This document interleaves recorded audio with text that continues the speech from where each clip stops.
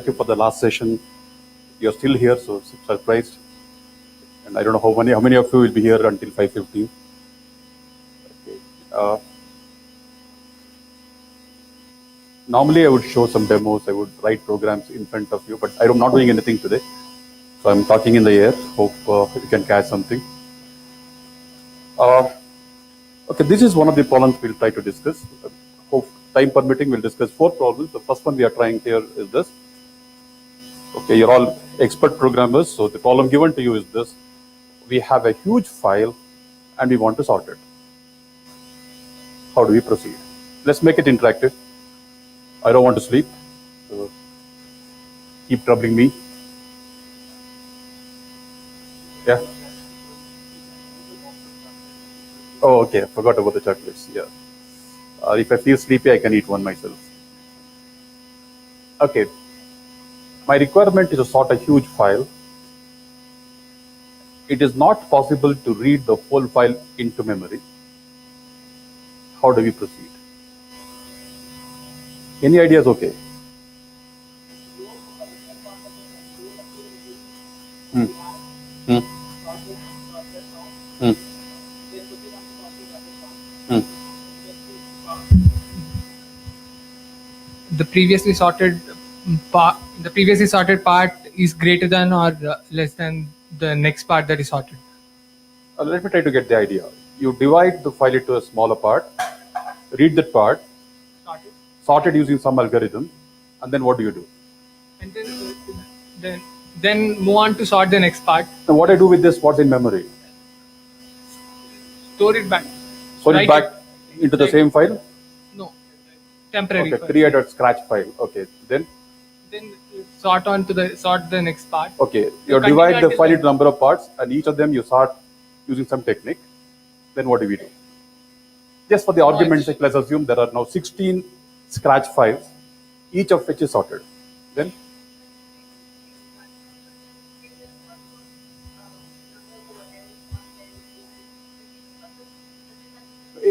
wait. If there are 16 scratch files, I read one record from each.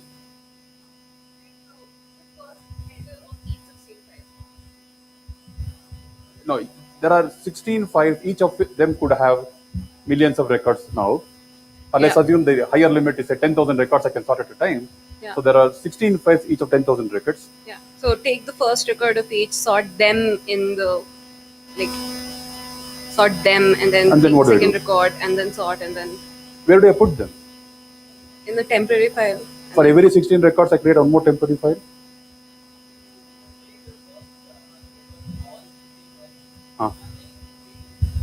Okay. May not be the original. You may not want to overwrite immediately, right? Okay. So I mean, put it back separately. Okay. So now you get the first sorted element. Okay. Now in that one of the 16 files, one of the element is now reduced. So just like that, compare every first element of all the 16 and take the minimum of all, and throw it back to the file again. Like that, you can take one element. So three. All the three people who answered C and one here and there, and the lady there and one at the back. Okay, I like the answer. That particular technique is called external sorting. I'm sure you would have come across this in data structures and our algorithms. Okay, so what we have said is we divide the problem into data into smaller parts, sort using some internal sorting technique, write back, and then merge them, right? We look at each of them for a few more minutes. Okay, now we are doing what's called internal sorting, isn't it? So what you have said so far is that break the file into small parts, sort each of them using some internal sorting technique, and then write them back into some temporary files, and then read first record of each of these scratch files, and then find the smallest, write to output, read the next record from the stream,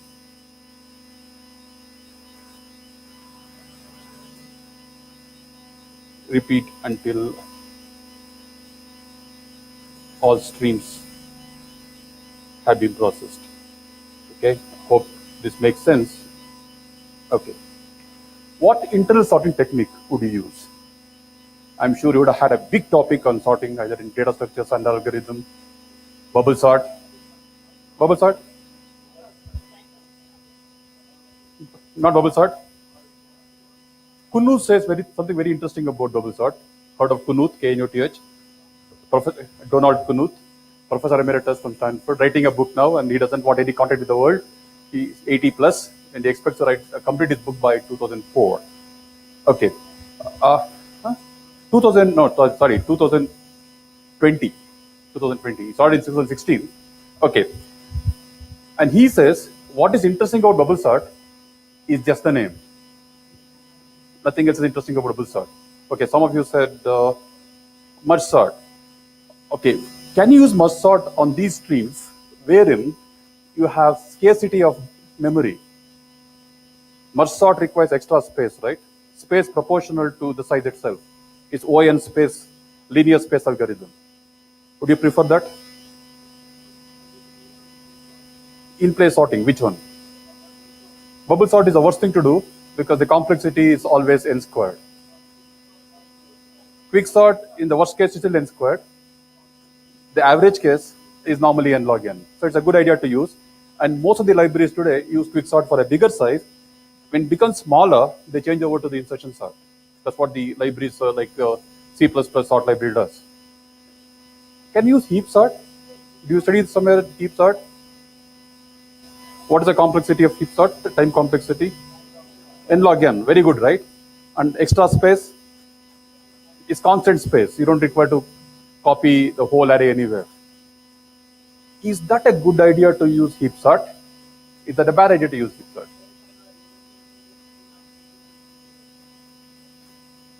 Come again?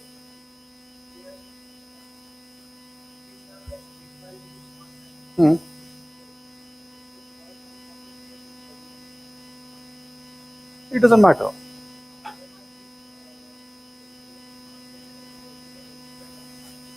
No, it will not.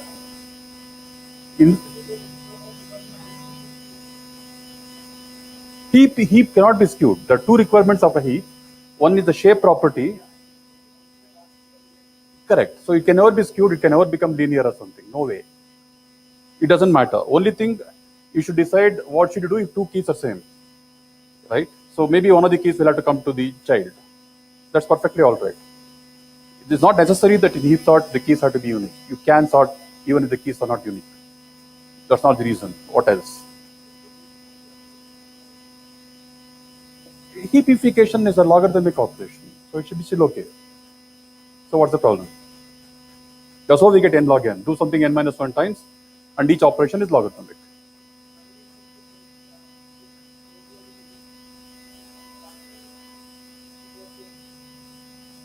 No, this heap doesn't do nothing to do with the data segment, stack, and heap concept of memory at all. This heap is a data structure which I can create anywhere in my world. Right? It doesn't matter. And we always make a heap tree as an array. Right? So why is that? Yeah. It's equally true of any other sorting technique if it's based on swapping. That we can also do even in this. It's just a variation of implementation. Okay, let's ask you a question. We have a huge sequence. So the heap represented as an array is pretty huge. How do you find out the left child and the right child of a node in the tree? If for I child, the child will be in the position 2i, and next will be in the position, left will be in the 2i position, and the right in the position 2i plus 1. Okay, we'll digress totally. We'll forget about this heap for the time being. What is the concept of inlining of function?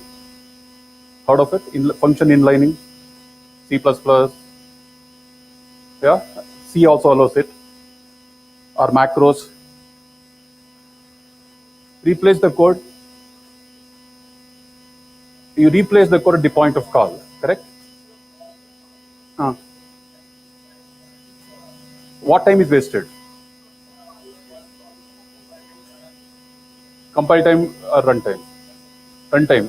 So what is the waste of time at runtime? What is the overhead of a function call? Storing the parameter, create an activation record, a few variables, move a few variables, change the registers so that you change the program counter value to some other location. Are they very costly? A few moves. Then what is costly about a function call? Huh? No, nothing to do with function at all. Function doesn't care for the data. The size of the activation record depends upon the parameters, the local variables, the temporary variables. That's it. Instruction fetch is again one memory cycle, so it's still okay. Yeah? Stack. Okay, stack is simple memory. I move something there. A few move instructions to populate the parameters. That's it. And a few change in registers. Why is a function call considered costly? Okay. I'll try to catch one of you, somebody whom I know. Manasa has a bottle there. What do you keep in the bottle? Water, nothing else, right? Sure. Why do you keep the water bottle here? That's the point I'm looking at. The most important thing in the world today is CASH as well as CSCHE. Okay? So, do you know the concept of cache? Yeah? When the CPU generates a virtual address, it first tries to match in the cache. If it finds, we have a hit. If you don't find, we have a miss. And if there is a miss, it's costly.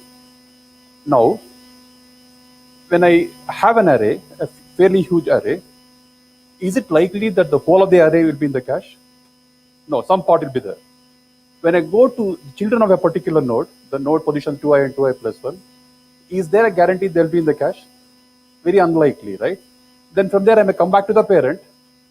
By that time, maybe some algorithm would have removed the page, remove the cache line from there, using some algorithm like LRU. Again, we have misses. Same thing happens in function call.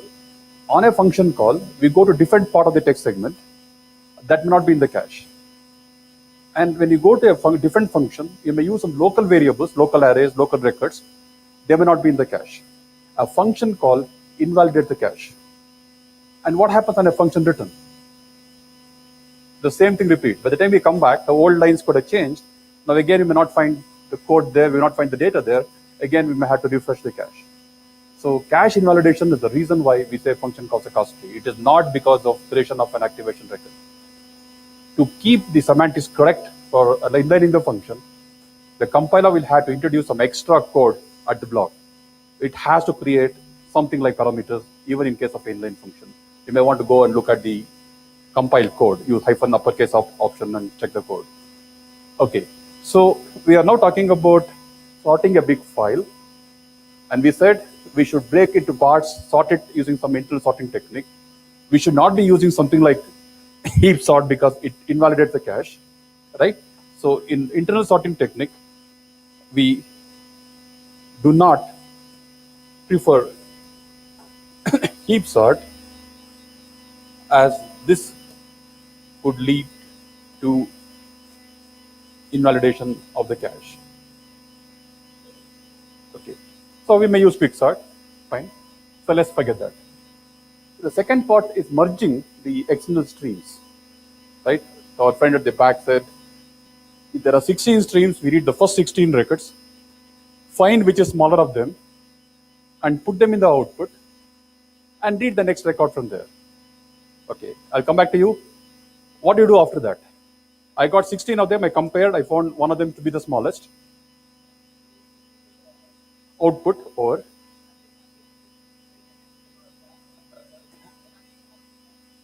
yeah, again I have to find the smallest. Yeah, effectively I get the next record from there, right? It's other 16. So each time I want to write a record as a finished record, I must do 16, 15 comparisons.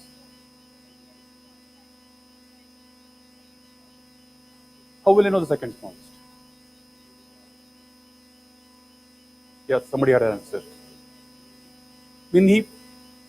I thought heap was a bad data structure to use. Yeah. Maybe keep it in array and do something with it. No. Look at the point again. If you had to find the minimum repeatedly, the best data structure for that is heap. Insertion into it is logarithmic, and finding the min heap is constant time, right? Not exactly, because something has to be pushed there, otherwise it also becomes logarithmic. So operations are logarithmic in case of a heap. To find repeatedly smallest or the biggest, as the case may be, use a heap. Very good answer that. Okay. So can I throw? Ah, bad. I'm sorry. You shouldn't duck, you should catch. Okay, please pass. Okay, so what we do here is to find the smallest repeatedly, use a min heap. Fine, you understood the problem, right? I think maybe I gained some time, I'm not sure. Right.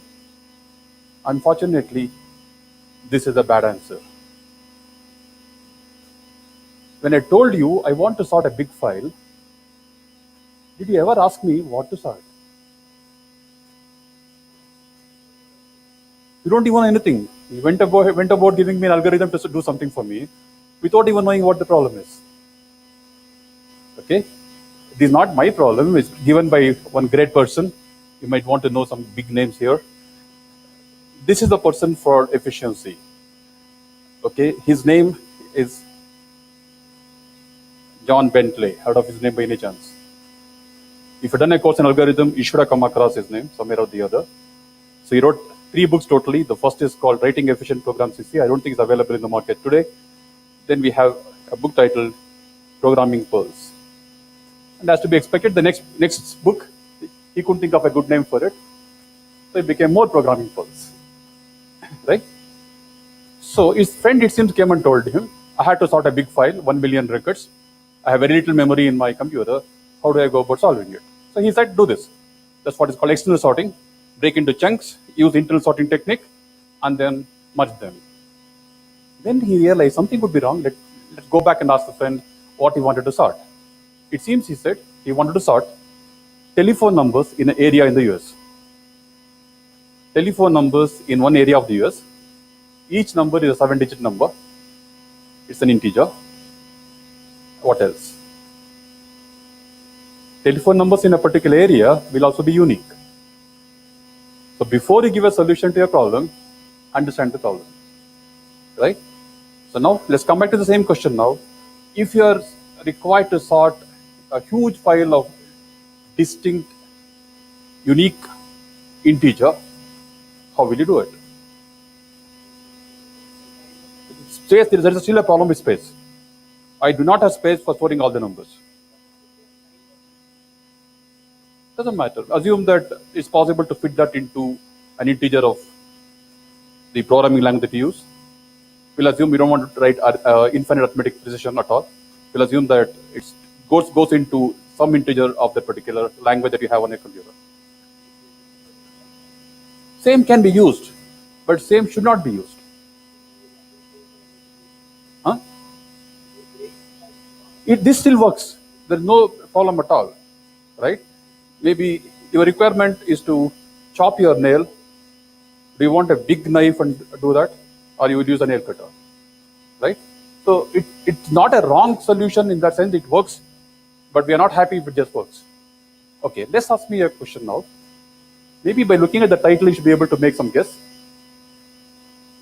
Is it possible to store number of integers in a single integer? Let's, for the argument's sake, assume that I have some 32 bits. Is it visible at the back? I have 32 bits here, from 0 to 31. Okay, something like this. Is it possible to store more than one integer within an integer?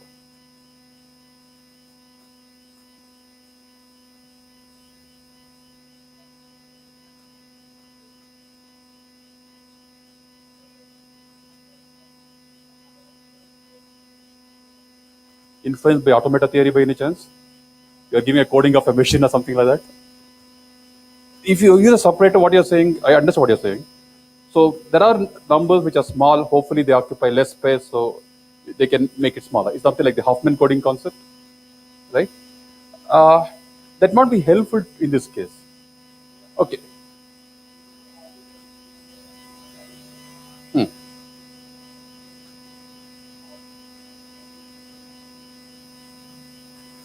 How? In single integer location, can I store number of integers?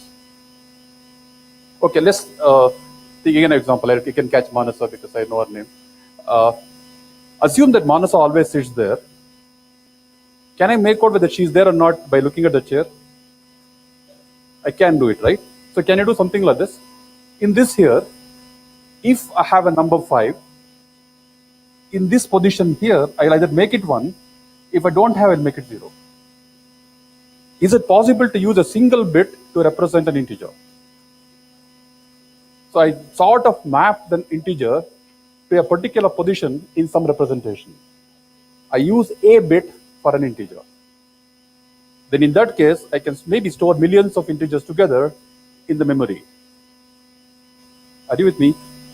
So if I use this idea, again, let's try to experiment with a smaller number only. Let me just clear it a bit. Okay. Just for experimenting, I will take a fairly small integer. Okay. I don't know how many I have. We'll just stop at this.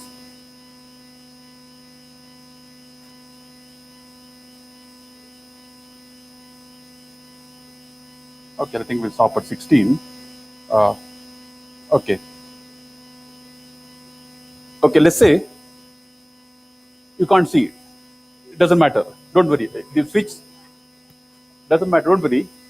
So what I will do here is take some numbers from you within 15. Give me some 4 or 5 numbers quickly. 5, 6,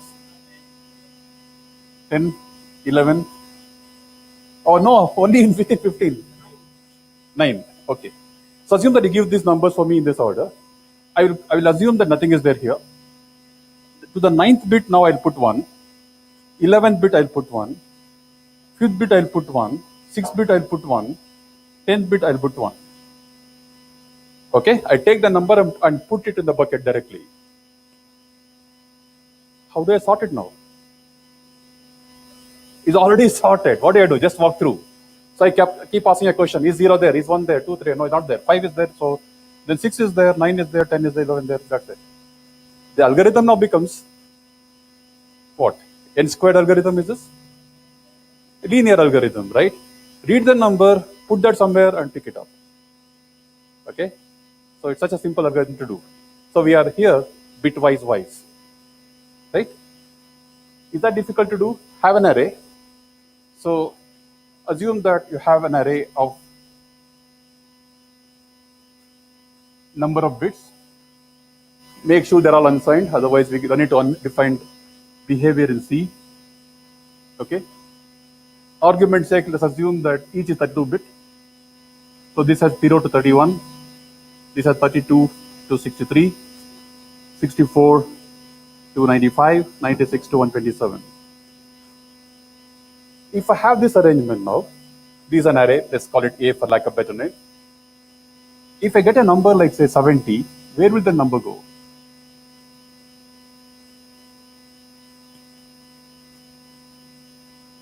What should be the index of the array in which it should go? It's in this, right? So how do we get that? Divide by 2, you get 2. Take the, not 2, divide by 32, you get 2. Take the modulo with respect to 32. And that's the location where you will have the 70. So it should be very interesting to try out on your own. Maybe when you go back home today. It's a pretty simple, straightforward way of solving. So we have covered the first problem. Anything you want to say? Okay. I think we'll change the order. We'll come back to this a bit later. We'll start with the problem number 3.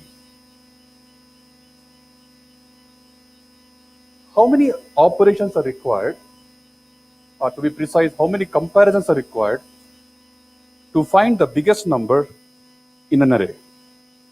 Array has n elements. I want to find the biggest number. Doesn't have to be an array. Any sequence is perfectly all right.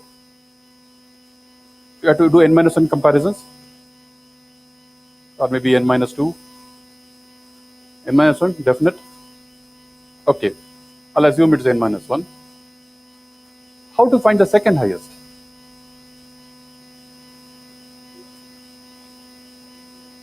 N into n minus 1, quadratic.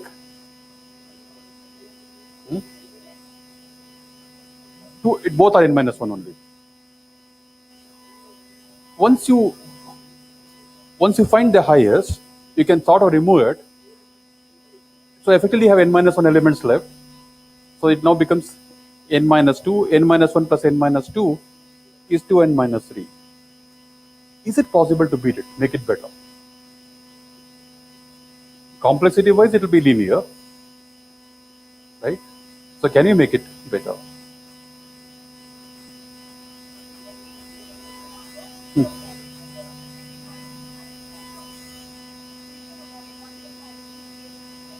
No, it won't help. That what you're talking about itself requires 2n minus 1 comparisons. In the worst case.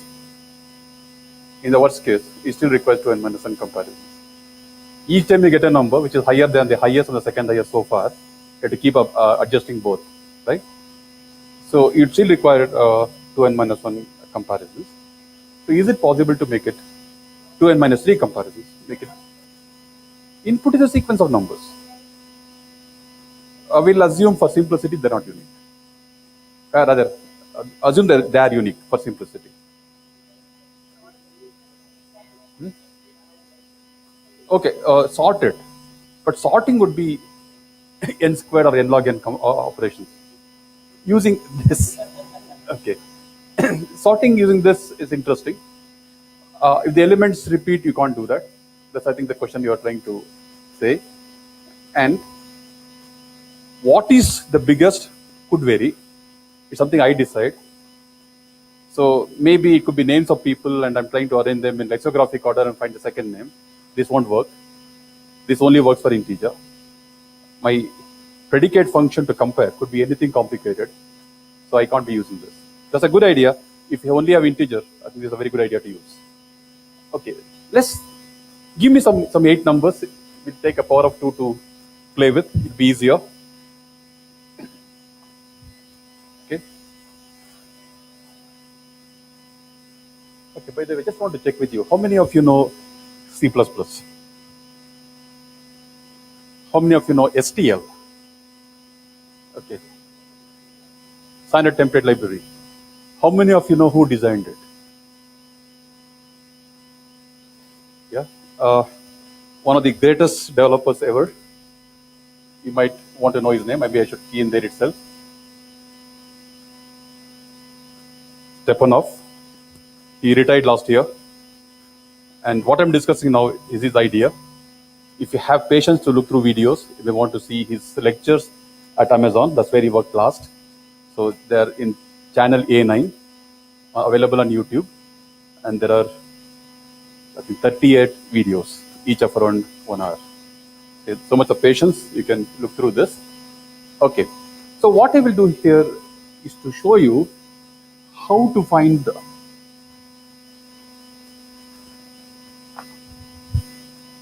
the second biggest in a different way, and I'll try to knock off 2n minus 3 and make it much better.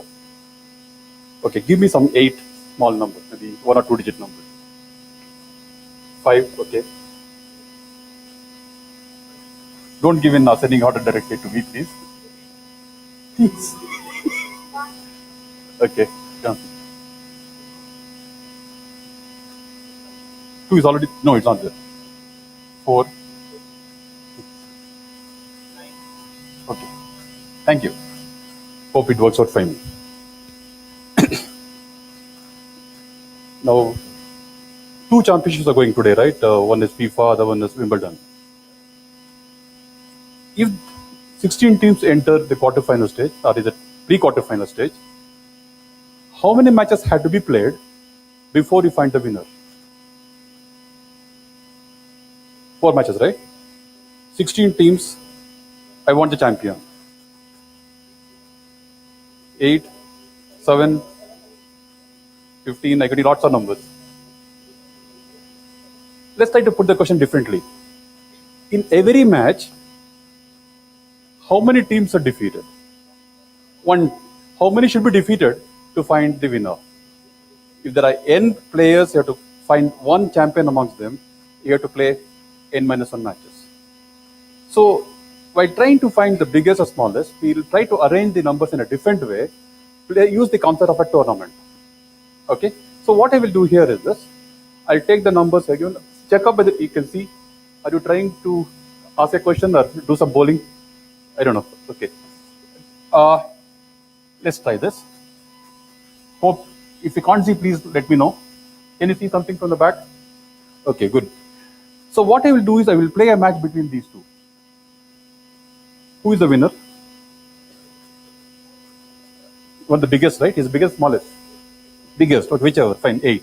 Then between these two, who is the winner? 12. These two, 4. These two, 9. So I'm trying to find the biggest in a different way than what normally you would do. You'd walk through sequentially, keep the biggest so far and compare with the next one. I don't do that. I play it like a tournament. Possible, right? Then what is the next thing I should do? I compare these two now. So 12 is the highest. Compare these two. 9 is the highest. Compare these two. And now 12 is the champion. And you can please check up also. I should have done as many as 7 comparisons. Neither less nor more. Right? So at the lowest level, I do 4. 1, 2, 3, 4. Here I do 2. Here I do 1. Okay. Is there a way to guess which could be the runners-up, the one who is second in this? 1. The last comparison? Sure. This is the one. Okay. Now I had 10 here. Let's make a change. Now,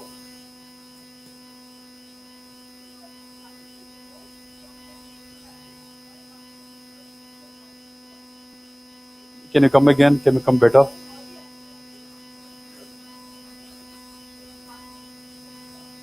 Not exactly.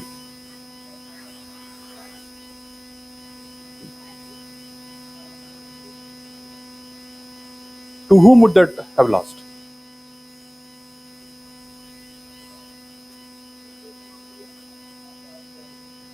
You could lose any time. But the point is to know to whom he loses. He loses to the winner. So he loses the winner only. So can we do something like this? The winner has played this here, right? Played this here and played this here. Are you okay with this? One of them will be the second loser. Yeah, highest is 12. He should have lost to highest. So if we can somehow track them, because this whole structure is like a binary tree, fairly balanced, I'll have to only do log n comparisons to find the second highest. So by using this idea, I can show that to find the second highest, I require n plus log n minus 2 operations. Right? Are you with me? But now the question is, how do we track that? How do you remember that these lost to the winner? How do we ever know who is going to win? Right? Look at FIFA football. We don't even know who is going to win even today. Right? So many upsets are happening, isn't it? Russia was never been to come to knockout. Who knows? They may even win. So similarly here, when I start comparing, I wouldn't know who is going to be the winner. Can we have a data structure wherein I can track this information so that at the end, I only in this case have only those three with which I have to compare to decide who is the second highest winner. Okay, this particular data structure, Stepanov calls it binary counter.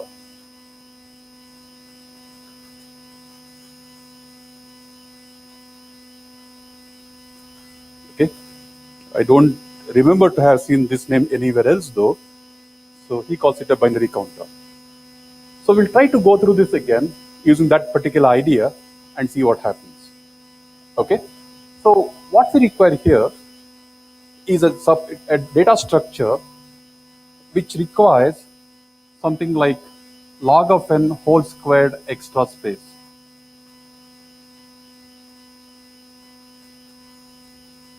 Okay, so let's see how we go about doing it. Conceptually, a binary counter is something like this. There are number of slots here. The length of this particular data structure is proportional to log n. So in this case, I will have 4 elements in this, 0, 1, 2, 3. Each of them can have something or may have nothing. That's why it's binary. It does not mean it's going to have a single value. It will have something or nothing at all, right? So each one can have only one. Let's see how we go about doing it. It may require more space or to make some space somewhere else to show you.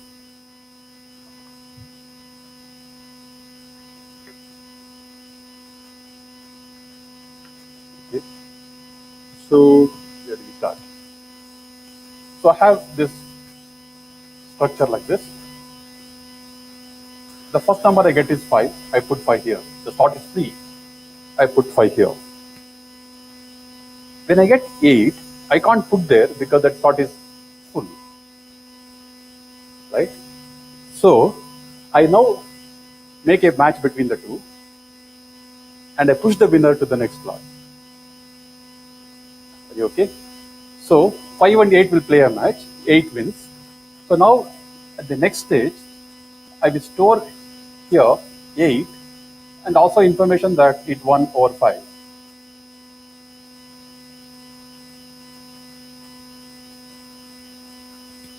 So let's try to now give semantics for each cell. This, whatever appears here, hasn't played any match so far. This has played one match, has won one match. This has won 2 matches. This has won 3 matches. Right? But apart from keeping the winner, I also track to whom on whom it has won already. So are you okay with this so far? 8 has won over 5.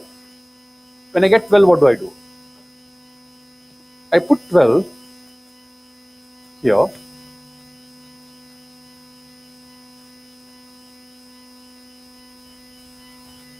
No issue. I get 10. What do you think I should do now? I can't have 10 here. So I go to the second, say that 12 has 1 over 10. But already it has one slot, one thing here. So between these two, again now arrange another match. So this will now get 12.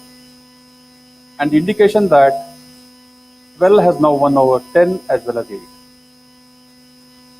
I'm sorry in case you can't see the last one, I'll repeat for you. Okay, so I got 5, I put it here. When I got 8, I made a match between the two. 8 is a winner, so I say 8 is a winner and it has 1 over 5. I get 12, I put in the 0 slot. I get 10, between the two I play a match, and then I get 12, 10 here. Already there's something there, so again I had to make a match between 12 and 8 and then indicate that 12 has won. It had 1 over 10 before, it has 1 over 8 now. 5 can never be the second biggest at all, so it's dropped. So this is what we have after processing until now. When I get 2, what do? I put 2 here.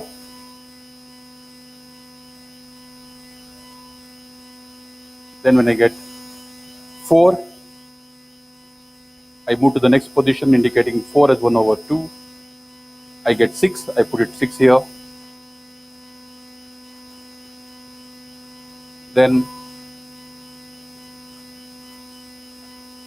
I get 9, play a match between these two.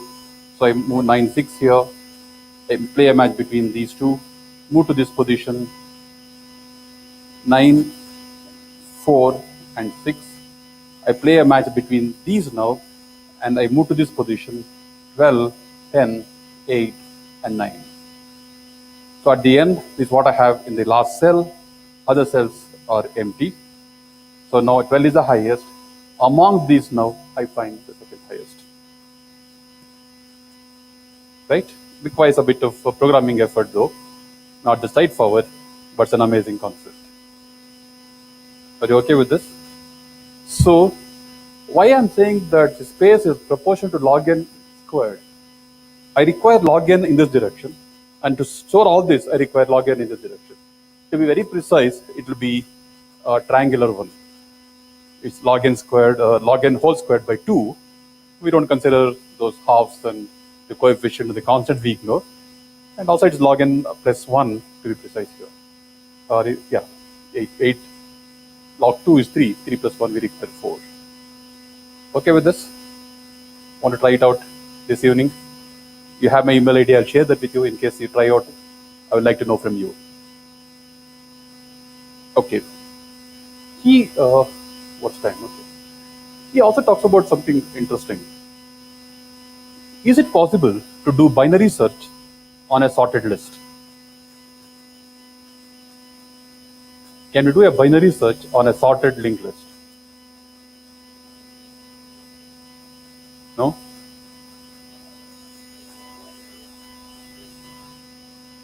Huh? We can definitely do a binary search on a sorted array. Can we do a binary search on a sorted list?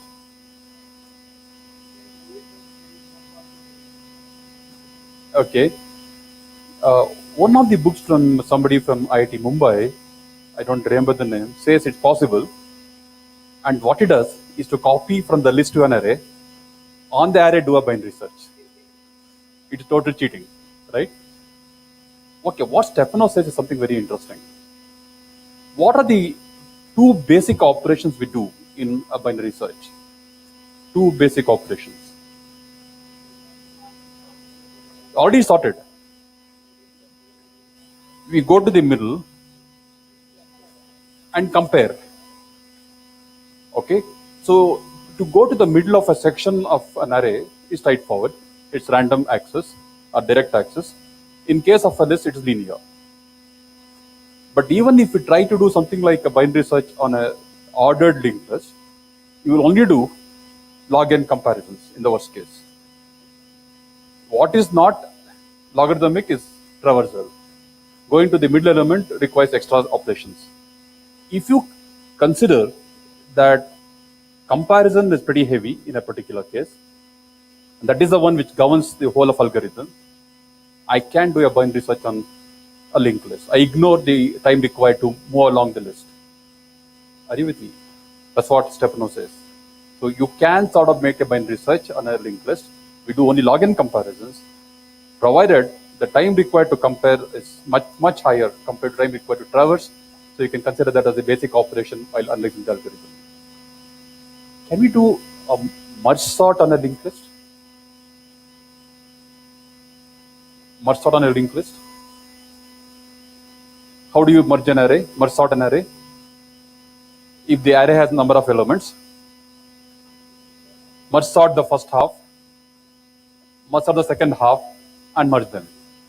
That's a simple way of expressing it recursively, right? How do we merge sort a linked list? Is it possible to use this binary counter to do it?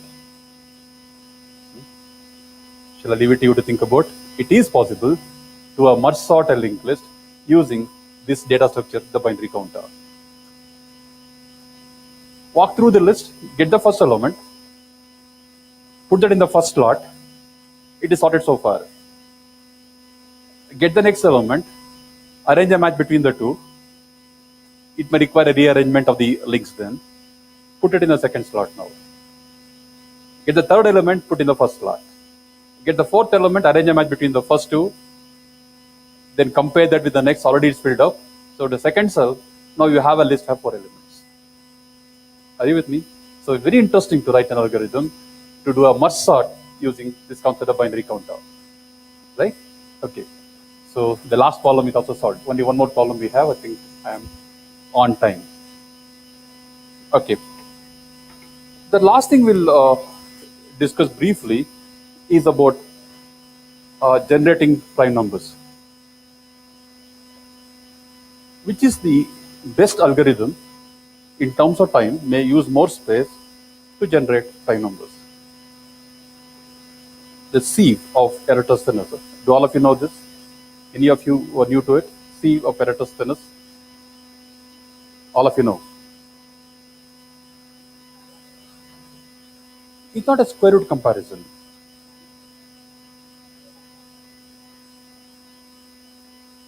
We don't compare anything. Uh, can you come again?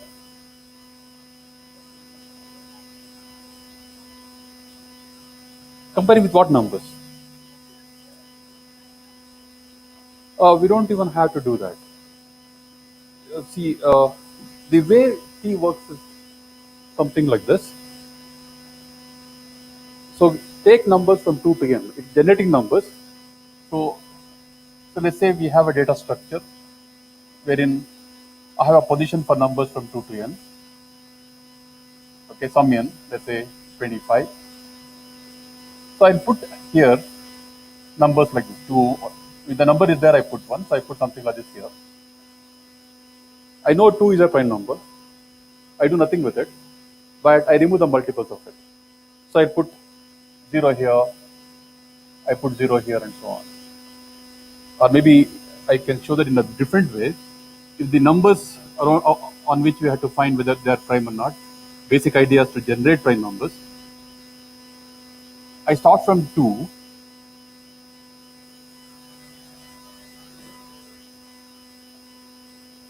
And that's a prime number. I remove the multiples of it.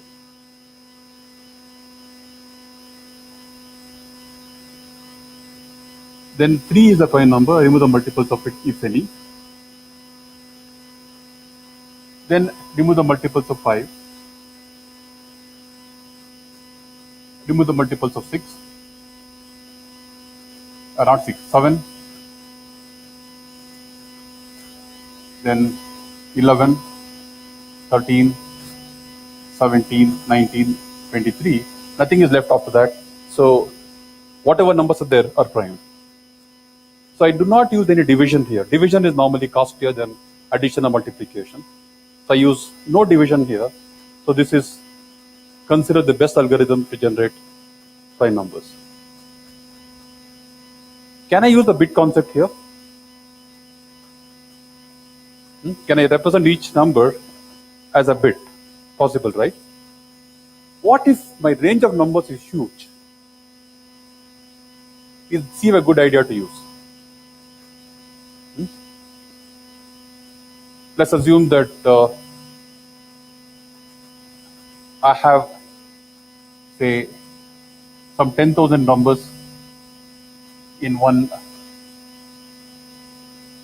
cached line, but I had to find primes until, say, 1 million records, something like this. When I try to walk through to remove the multiples of 2, 3, 5, and so on, I had to go outside the cache area. So is it possible to make the sea of Eratosthenes cache friendly? So can you make it cache friendly?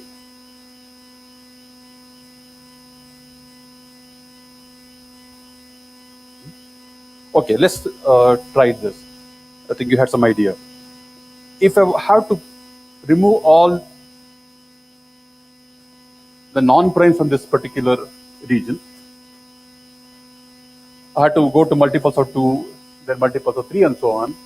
What should be the upper bound? Until what number should I keep removing?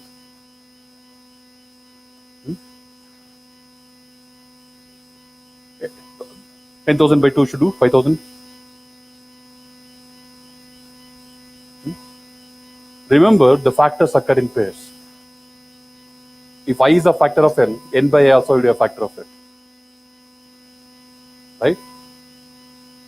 A few numbers have even number of factors, or rather most of them have even number of factors. Few numbers have odd number of factors. Each numbers would have odd number of factors, perfect squares. So I can stop at that point, right? After that, each time I divide by a number, I'll get a number which I already have checked out. So I can stop at square root itself, right? So what I could do is to stop at the square root and then pick up all the prime numbers from here, only use those prime numbers to consider here. I don't again start from the beginning, right? So when I try the next one, I can actually override this area and use the same area for finding the next prime numbers in 10,000 numbers. This is the way you can do what's called a segmented sieve algorithm for caching. You can also use bits here. Okay, with this, I will stop the discussion unless there are queries. Ask.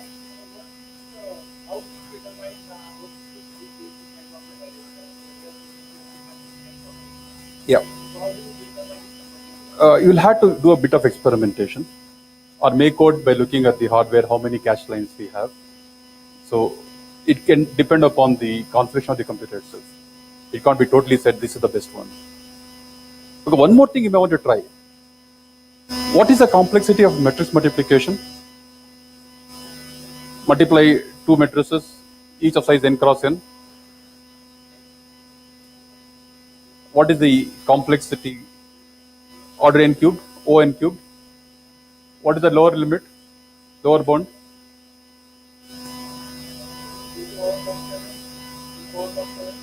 Lower bound is n squared because you have to get n squared elements. You can't do anything better than that. It has been totally proved. You can never come with an algorithm which is better than order n squared.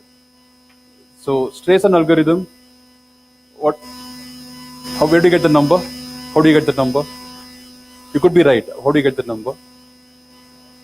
N to the power, see, n cubed is n to the power of log of a to base 2. When you multiply 2 by 2 matrices, you get 8 operations. It reduces that to 7. So that whatever number you are saying should be log of 7 to base 2. I think they have reached n to the power of some 2.56 or so. I don't know the algorithm. N to the power of 2.87. No, it's much better than that they have reached. 2.56 if I remember correctly. Yeah, 2.56. I don't know the algorithm, but they reached that. Complexity of the algorithm cannot be made much better. N squared is the lower bound. Maximum, best possible lower bound is n squared. Can you try something like this? Transpose the second matrix and then multiply. Instead of walking through the columns of second matrix, I walk through the rows of second matrix. Will that make a difference? No, I'm giving the same result to the user. It's an implementation concept. The user gives me two matrices to multiply and put the result in third matrix. What doesn't make a difference? It's something which can be multiplied. The second matrix I transpose. I should have walked through the columns of the matrix. Instead, now I walk through the rows of the matrix. Would that make a difference? Yeah, in C, the way of storing 2D array is row major. So instead of column arrangement, I'm using a row arrangement now, and that makes the cache better. You may try it out. You may get something like 60% improvement in the algorithm. Complexity is one thing, but there's much more importance to the use of cache, right? Okay, so I think your time also is up. Any queries?